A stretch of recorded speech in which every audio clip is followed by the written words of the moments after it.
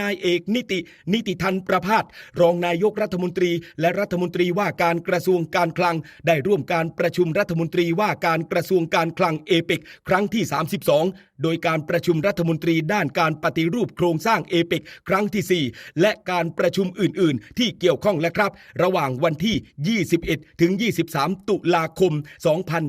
2568ณเมืองอินชอนสาธารณรัฐเกาหลีโดยได้มีการหารือทวิภาคีกับรองนายกรัฐมนตรีและรัฐมนตรีว่าการกระทรวงเศรษฐกิจและการคลังของสาธารณรัฐเกาหลีคือนายคูยุนซอลในวันที่23ตุลาคม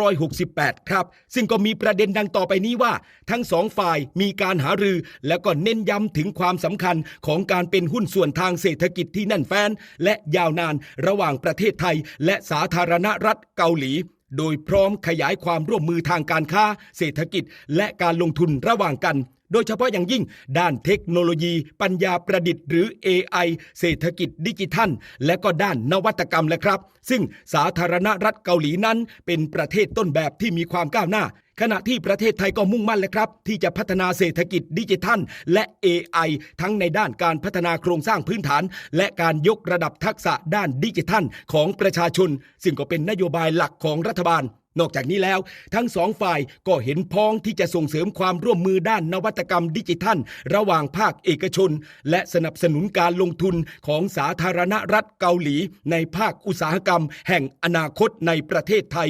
และประเทศไทยเองก็ได้มีการเชิญชวนภาคเอกชนของสาธารณรัฐเกาหลีร่วมลงทุนในประเทศไทยและครับและยังมีการเชิญชวนทางการสาธารณรัฐเกาหลีเข้าร่วมการประชุมประจำปีสภาผู้ว่าการกองทุนการเงินระหว่างประเทศและธนาคารโลกซึ่งประเทศไทยจะเป็นเจ้าภาพและครับในปีหน้าคือปี2569ด้วยครับพี่น้อง